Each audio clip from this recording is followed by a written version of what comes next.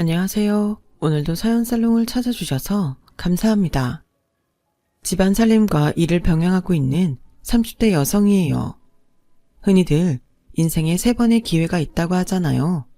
저는 어쩌면 지금 그 마지막 기회를 잡고 있는 건지도 모르겠어요. 첫 번째 기회는 얼굴도 모르고 살았던 외할아버지를 만난 거였고, 두 번째 기회는 기업의 후원으로 미국 유학을 떠났던 거였어요. 그리고 마지막 기회는 제가 창업을 한 거였죠. 그렇게 세 번째 기회 덕분에 불과 3년 전까지만 해도 평범한 가정주부였던 제가 지금은 어엿한 사업체를 운영하는 대표가 되었어요. 그렇다고 제가 사업에 특출난 재주를 가진 사람은 아니에요. 출산 전까지 직장 생활을 쭉 해오긴 했지만 기업 홍보실에서 일했을 뿐 경영과는 무관한 사람이었거든요. 그런 제가 짧은 기간 동안 엄청난 성과를 이룰 수 있었던 건 제가 청한 사항을 불행이 아닌 기회로 삼았기 때문이 아닐까 생각해요. 그런 의미에서 저를 힘들게 했던 손아래 동서는 1등 공신이라고 해도 무방하겠네요. 저는 17 나이에 소녀 가장이 됐어요. 아빠가 일찍 돌아가신 후로 엄마 혼자 하루에 12시간이 넘게 일을 하며 저희 남매를 키우시다가 제가 고등학교 1학년 때 과로사로 세상을 떠나셨거든요. 솔직히 그때는 엄마마저 잃고 고아가 됐다는 사실보다 당장 어떻게 살아야 할지가 더 걱정이었어요. 저보다 어린 남동생까지 책임져야 해서 막막하기만 했거든요. 동생이 다니던 초등학교 담임선생님은 우리 남매에게 시설에 들어가기를 권하셨어요. 하지만 제 나이 때문에 얼마 뒤 시설을 나와야 한다는 것 때문에 망설여지더라고요. 거기다 초등학교 6학년인 남동생만 혼자 그곳에 두고 나올 용기도 안 났고요. 그래서 자퇴를 하고 돈을 벌어야겠다고 생각했어요.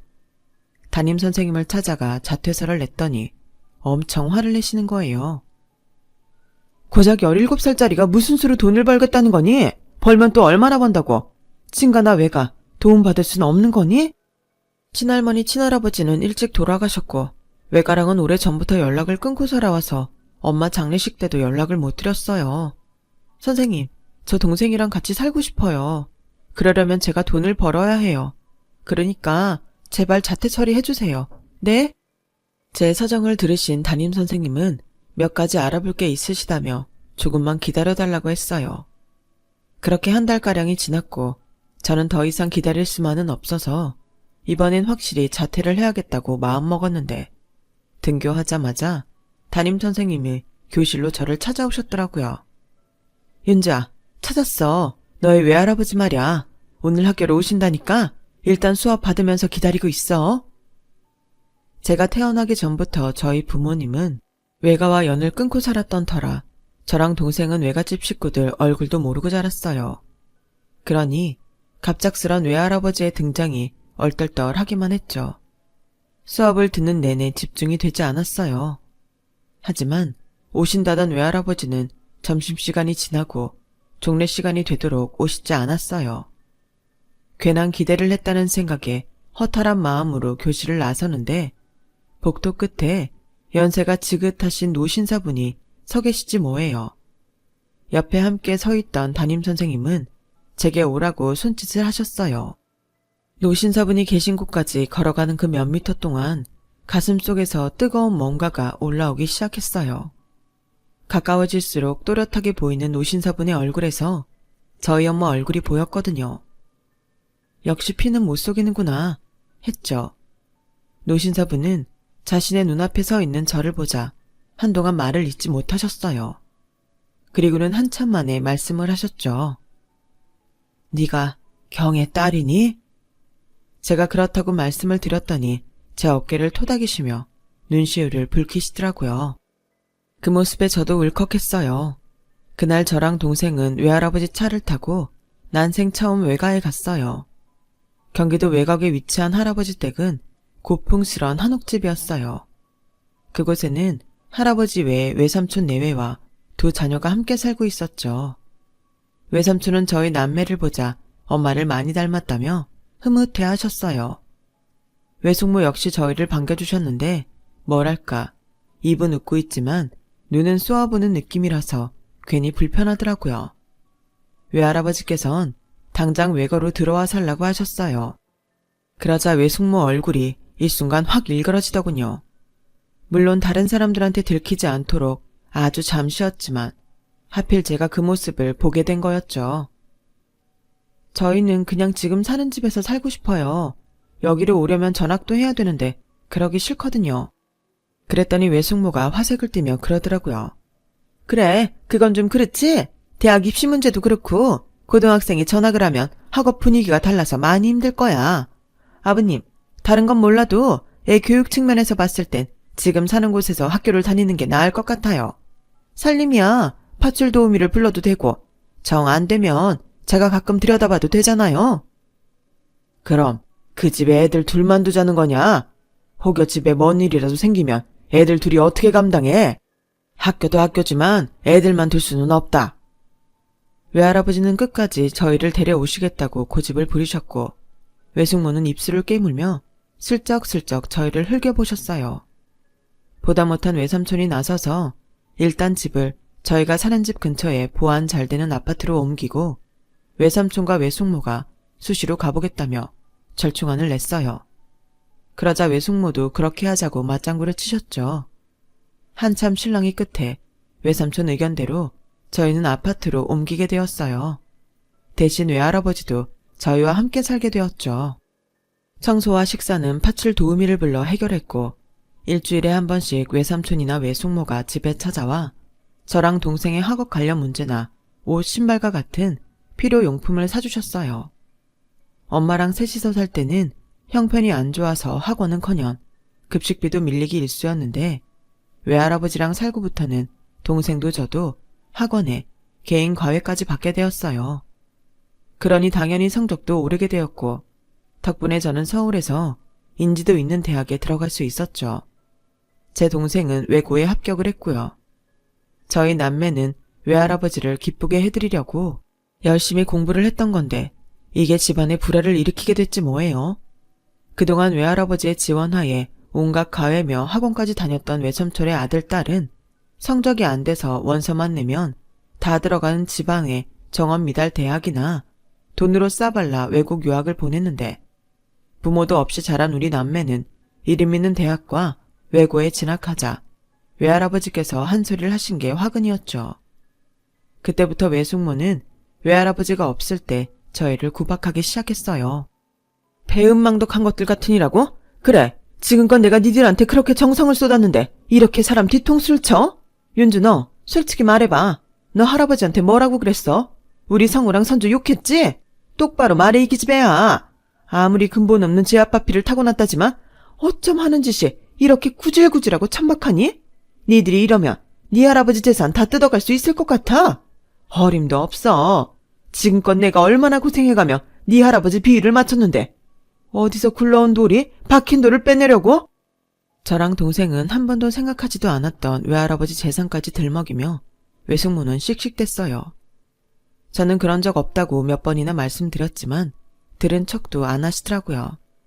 그러다 제가 대학교 3학년이 되던 해 외할아버지께서 지병으로 세상을 떠나시자 외숙모는 기다렸다는 듯이 저희 집에 발길을 끊으셨어요.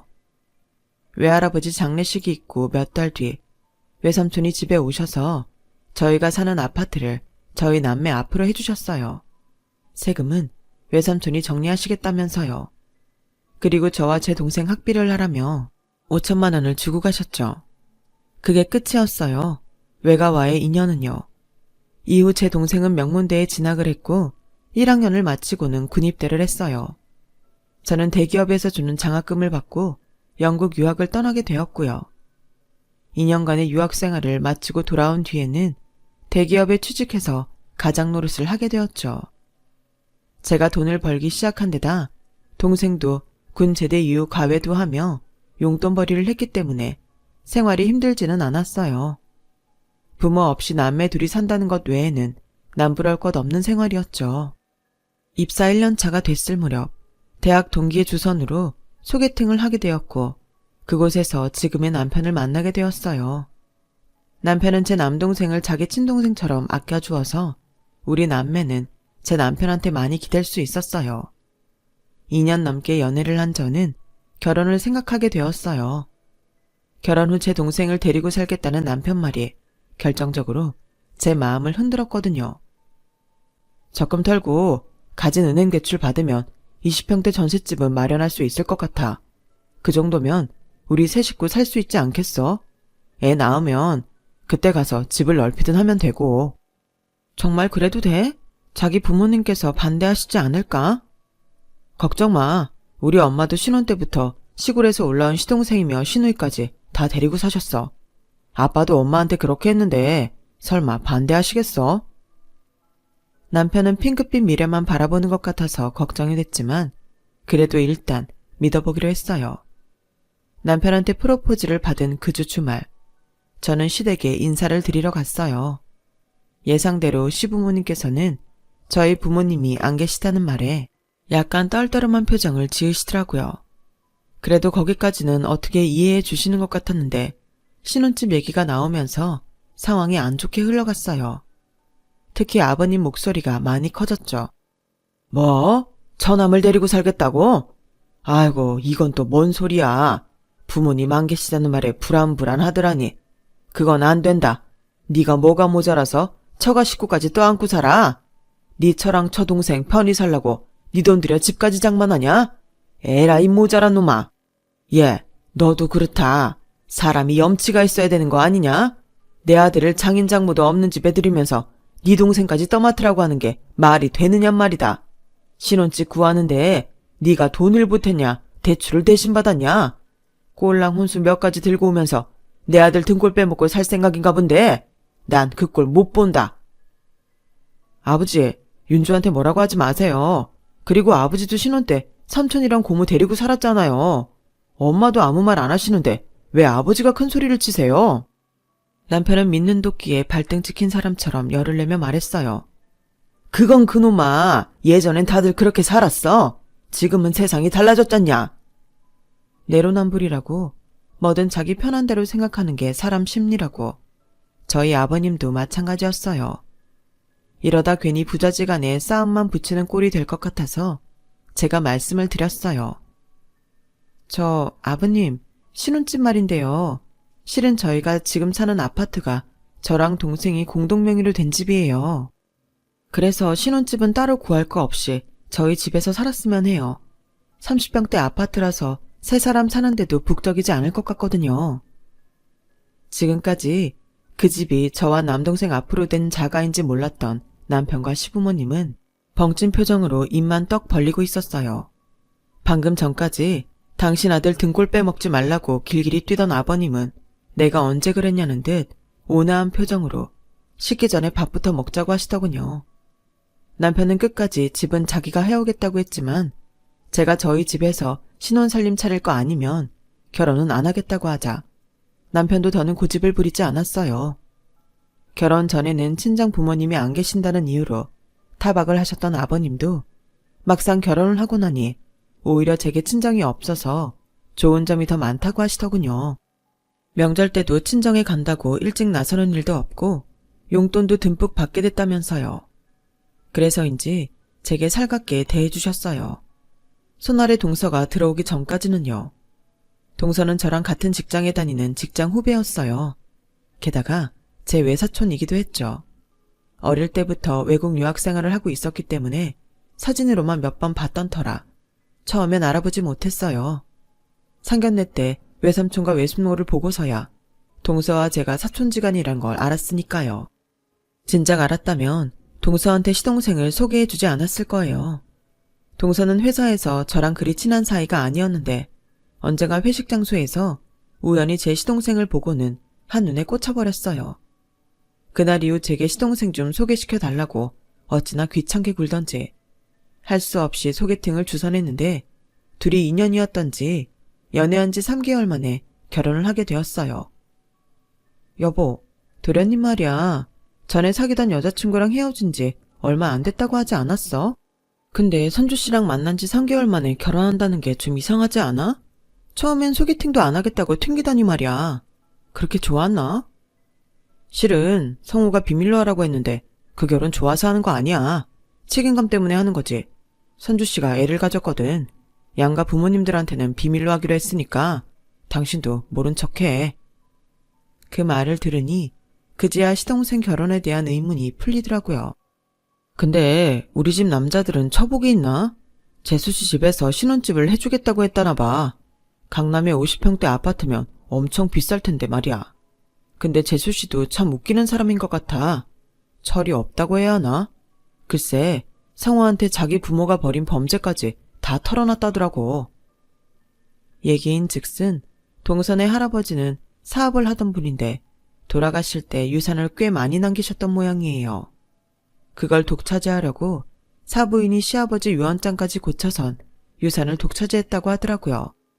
사촌한테 가야 할 돈까지 죄다 빼돌려서 차지했다고 성우한테 자랑처럼 얘기하더래. 재수씨도 참 그런 얘기를 하고 싶을까?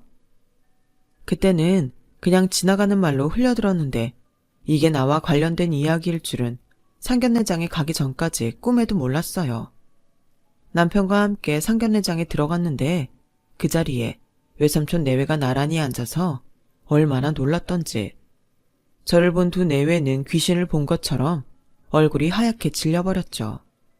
자신들이 유산을 빼돌리고 내쫓은 조카가 눈앞에 나타났으니 왜 안 놀랐겠어요. 얼굴을 마주하니 괘씸한 마음이 든 것도 사실이었지만 그렇다고 이제 와서 유산을 찾겠다는 생각은 없었어요. 어찌됐던 한때 우리 남매를 돌봐주신 분들이기도 하고 저희 앞으로 아파트 한 채는 남겨줬던 사람들이니까요. 상견례 내내 두 분이 어찌나 제 눈치를 보시던지 도저히 그 자리에선 아는 척을 할 수 없었어요. 그래서 모른 채 하고 있었는데 도둑이 제발 저린다고 상견례를 마치자 외숙모가 저를 따로 부르더군요. 윤주야, 내가 이런 말하기 좀 미안하지만 네 시댁 어른들한테는 우리 사이 비밀로 해주면 안 되겠니? 이 결혼 정말 어렵게 하는 거야. 너도 알다시피 선주가 네 시동생을 좀 좋아하니? 어릴 때부터 지가 원하는 거 손에 못 넣으면 안 달라는 앤데 이 결혼 깨지면 우리 선주 죽는다? 예정을 생각해서라도 제발 부탁한다. 비록 저희 남매한테 살갑게 대해주지는 않았지만 그래도 한때나마 저희를 걷어주신 분의 부탁이라 거절할 수 없었어요. 딱히 집안에 분란을 일으킬 생각도 없었고요. 그래서 그냥 지금처럼 모르는 사이로 살기로 했어요. 동서는 사실 직장 동료로도 별로고 인간적으로도 호감이 안 가는 사람이었어요. 사람의 애교도 많고 얼굴도 예쁜데 부잣집 외동딸이라 사랑을 독차지하고 살아서 늘 자기가 주목받아야 직성이 풀리는 사람이었죠. 거기다 샘도 많아서 자기보다 예쁘거나 사랑받는 사람을 보면 어떻게든 끌어내리려는 못된 심보를 가지고 있었어요.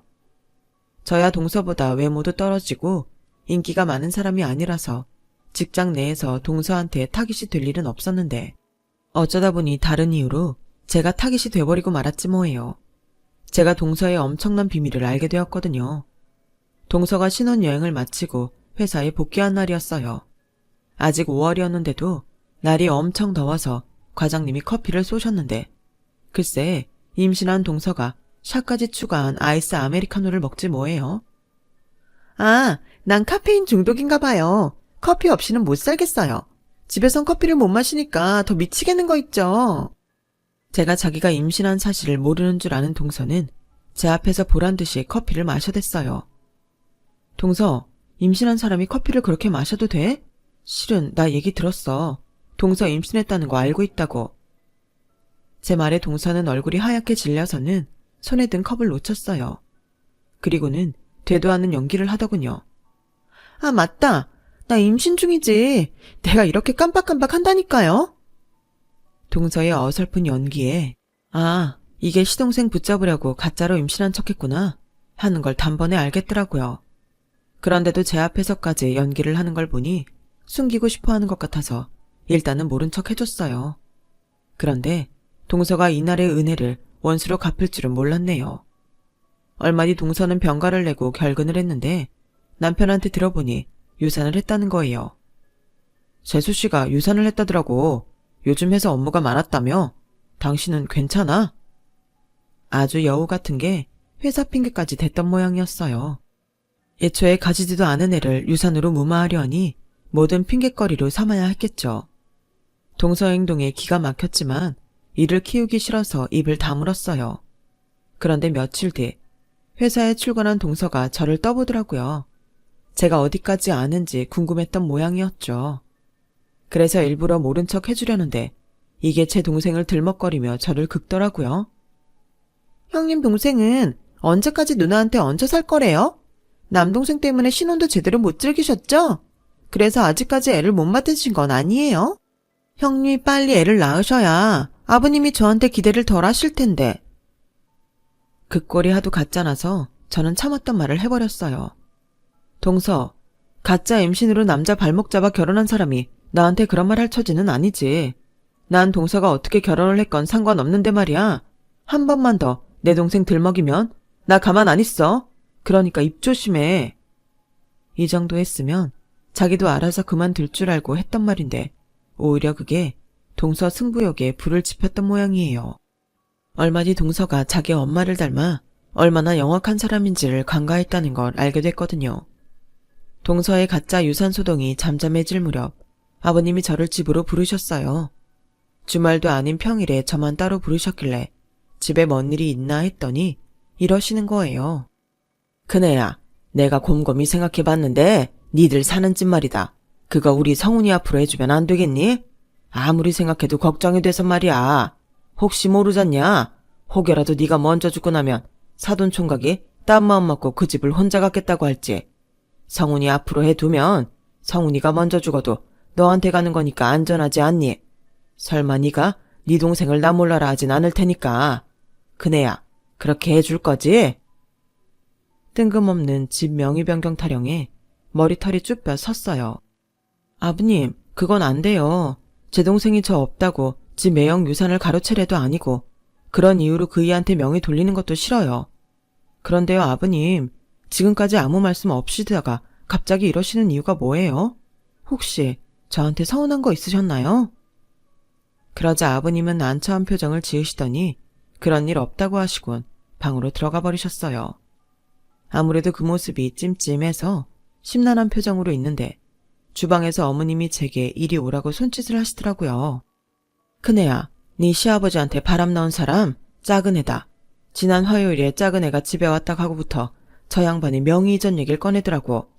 며느리 두고 차별하는 것 같아서 내 그동안 말을 안 했는데 둘째 그게 네 시아버지한테 여짓하면서 네 흉을 보는데 눈꼴 싫어서 볼 수가 없어. 니들 회사에서 사이가 안 좋니? 어머님 얘기를 들어보니 동서가 회사에서 하는 짓 그대로더라고요. 자기 비밀 아는 저를 이 집에서 내쫓을 요량으로 이번 일을 꾸민 게 틀림없었어요. 아버님과 저 사이를 이간질시켜 이혼하게 만들 계획이었죠. 제가 제 동생이라면 꾹뻑하는 걸 누구보다 잘 아니까 제 동생까지 끼워 넣어서요. 그래놓곤 다음날 출근해서 보니 동서가 또르륵 달려와 그러는 거예요. 형님, 아버님이 집 명의 바꿔달라 그랬다면서요? 아버님도 정말 너무하신다. 남의 집 유산을 왜 자기 아들한테 넘기래? 형님, 제가 형님 대신에 아버님 마음 좀 돌려드릴까요? 지가 뒤에서 일 벌여놓고 저 대신 수습하는 척 제 환심을 사려는 게 눈에 보여서 욕지기가 일더라고요. 동서 됐어. 내가 알아서 해. 근데 그 얘기는 누구한테 들었어? 네? 아, 어머님이 전화하셨더라고요. 저보고 형님 좀 도와드리라고요. 형님도 아시잖아요. 아버님은 저 예뻐하시는 거. 그러니까 저 믿고 한번 맡겨보세요. 어머님이 동서한테 전화했을 리가 없다는 걸 아는데 끝까지 거짓말을 하길래 도저히 안 되겠다 싶었어요. 이번 일을 그냥 넘겼다간 다음에도 똑같은 방법으로 저를 귀찮게 할 것 같았거든요. 동서, 거짓말 그만해. 어머님이 동서한테 그런 말씀을 하셨다고? 지금 이 자리에서 어머님한테 전화해 물어볼까? 그러자 동서 얼굴이 벌겋게 달아올랐어요. 그리고 나 동서가 가짜 임신이었다는 것도 알아. 그런데도 지금까지 입 다물고 있었어. 그런데 하다하다 내 동생 몫에 지까지 건드리려고 해? 다른 건 몰라도 내 동생 건드리면 나 이대로 가만 안 있어? 가만 안 있으면 어쩔 건데? 솔직히 언니도 떳떳하지 않잖아. 왜 그렇게 놀라? 내가 언니랑 나 사이 모르는 줄 알았어? 그간 저한테는 아는 체를 안 하길래 외숙모가 우리 사이를 말 안 한 줄 알았는데 동서도 다 알고 있었더라고요. 언니도 나랑 사촌지간인 거 시댁에 숨겼잖아. 나야 시댁에서 알면 결혼 안 시켜줄까봐 그랬다지만 언니는 왜 숨겼는데? 설마 이거 숨겨주고 우리 집에서 돈 뜯어내려고 했던 거야? 엄마 말이 딱이네. 어디서 그지 같은 것들이 돈 냄새 맡고 기어들어와서 짜증난다고 하더니 그 말이 딱이야. 그래서 얼마를 원해? 말해봐. 내가 엄마한테 말해서 돈 줄 테니까. 참, 그거 알아? 언니네 아빠 말이야. 할아버지 운전기사였던 거. 그런 주제에 주인집 외동딸 덮쳐서 언니 만든 거야. 언니 태생이 그렇게 구질구질하다고. 그러니까 제발 주제 파악하고 살아. 되도 않는 게 어디서 훈계질이야. 순간 안에서 천불이 올라왔어요. 저희 부모님이 왜 외가와 연을 끊고 살았는지 자세히 알지는 못했지만 적어도 내가 본 저희 부모님은 세상 누구보다 서로를 사랑하셨거든요. 그런 내 부모를 모욕하는 꼴을 보자니 저도 더는 참을 필요가 없다는 걸 깨달았어요. 넌 정말 끝까지 형편없는 애구나. 내 태생이 구질구질하다고? 아무렴 너만 하겠니.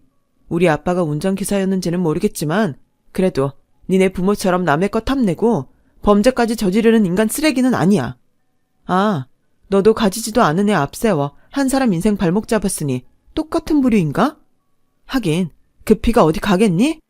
처음 회사에서 널 봤을 때부터 이상하게 마음에 안 든다 했더니 네가 네 엄마를 많이 닮아서 그랬나 봐, 선주야. 주제 파악은 네가 하고 살아. 그리고 이거 하나는 확실히 하자. 너랑 내가 사촌지간인 거 말 안 하는 건 한때나마 네 인생이 불쌍해서 그랬던 거야. 오죽 자신한테 자신이 없으면 있지도 않은 애를 앞세워 내 시동생을 잡으려고 했을까 생각하니까 네 인생이 참 안 됐더라고. 돈 있는 부모 만나 부족함 없이 자랐을 텐데 그런 짓까지 하고 결혼을 하다니 같은 여자로서 어찌나 가엾던지 말이야. 그러니까 내 앞에서 센 척 그만하고 네가 싼 똥이나 치우고 살아. 알겠니? 제 말에 동서는 거품을 물고 악을 써댔어요. 그 바람에 사무실 사람들이 달려왔고 그날 이후 동서는 출근을 하지 않았어요. 그날 밤 저는 남편한테 모든 사실을 솔직히 털어놓았어요. 나와 동서의 관계는 물론 동서의 가짜 임신까지 모조리요. 제 이야기를 들은 남편은 좀 놀라기는 했지만 어차피 시동생 결혼 후에 가짜 임신 사실을 안 거라서 두 사람 결혼이 제 탓은 아니라고 말해주더군요. 그리고 지금이라도 안 늦었으니 유산을 찾기 위한 소송을 진행하자고 했어요. 남편을 따라 변호사 사무실을 찾아갔더니 다행히 유산에 대한 사실을 안 게 1년이 안 됐고 상속이 개시된 시점부터 10년이 안 돼서 소송을 진행할 수 있겠다고 하더군요. 거기다 외숙모가 유언장에 손을 댄 사실을 밝혀내며 추가 소송도 가능하다고요. 그래서 소송을 진행하게 되었어요. 얼마 뒤 소장을 받은 외삼촌 내외가 저희 집으로 찾아왔더라고요. 처음엔 저를 달래며 저희 남매 몫의 유산을 돌려줄 테니 소송을 취하해달라고 부탁하다가 제가 거절하자 협박을 하더라고요. 내가 유언장에 손댔다는 증거 있어? 네가 법에 대해 잘 모르는 모양인데 우리나라는 법정 증거주의를 따른다고. 증거가 없으면 사람을 죽여도 무죄야. 별것도 아닌 게 어디서 설쳐? 아, 그러세요. 좋으시겠네요. 죄는 지었는데 증거가 없어서. 그런데 하나는 알고 둘은 모르시나 봐요. 그 잘난 외숙모 딸 입이 어찌나 가벼운지 묻지도 않았는데 지 입으로 자기 부모 범죄 사실을 술술 불었더라고요. 제 시동생한테요. 덕분에 외숙모가 누구랑 손잡고 그 일을 벌이셨는지 다 알게 됐어요. 얼마를 주고 입막음을 하셨는지는 모르겠지만 그 사람이 언제까지 입을 다물어줄지는 모르는 일 아니겠어요? 아, 그리고 지금 저희 집에서 이러실 때가 아니에요. 외숙모님 딸이 이혼당할 처지거든요. 그러게 왜 가짜 임신으로 남자 발목을 잡아요? 저희 도련님이 소송 건다고 난리니까 가서 철없는 따님이나 챙기시라고요. 결국 동서는 시동생한테 이혼을 당했고 소송까지 당하게 되었어요. 저 역시 외삼촌 내외를 상대로 소송 중이고요. 소송을 시작한 지 몇 년이 지났는데도 아직 판결이 나지 않았거든요. 그 사이 저는 출산을 했어요. 육아휴직을 하고 육아에 빠져 살았는데 복직을 하고 보니 회사에서 퇴사를 종용하더라고요. 그래서 시원하게 회사를 그만두고 나와서 현재는 제 사업을 하고 있답니다. 아이를 키우면서 꼭 있었으면 좋겠다 싶은 제품을 직접 디자인하고 만들어서 인터넷 쇼핑몰에서 팔았는데 그게 꽤 반응이 좋아서 본격적으로 나서게 되었죠. 현재는 직원도 제법 두고 있는 사업체로 성장했고요. 틈새 시장을 파고든 덕에 보란듯이 성공할 수 있었던 것 같네요. 아, 그리고 얼마 전에 모처럼 남편과 함께 백화점 명품관에 갔다가 동서와 마주쳤어요. 그 사이 몰골이 말이 아니더라고요. 동서는 제 팔에 들린 명품백을 보더니 개거품을 물었어요. 자기가 그렇게 무시하던 제가 사업체 대표가 됐다는 말엔 온갖 쌍욕을 하며 소리를 쳐댔어요. 그러다 매장에서 쫓겨났고요. 이래서 사람은 고쳐 쓰는 게 아니라고 하나 봐요.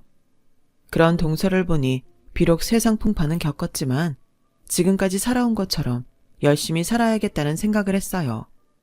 남의 힘이 아닌 내 힘으로 선 인생은 쉽게 흔들리지 않는다는 걸 알게 됐으니까요. 지금까지 제 사연 들어주셔서 감사합니다. 항상 굳은 마음으로 아이 잘 키우며 살도록 노력하려고 해요. 여러분의 일상도 마음 따뜻한 바람이 살랑거리기를 바랍니다. 여러분, 사연 댓글에 응원과 현명한 조언 부탁드려요. 좋아요와 구독은 저에게 큰 힘이 됩니다. 오늘도 좋은 일 가득하세요.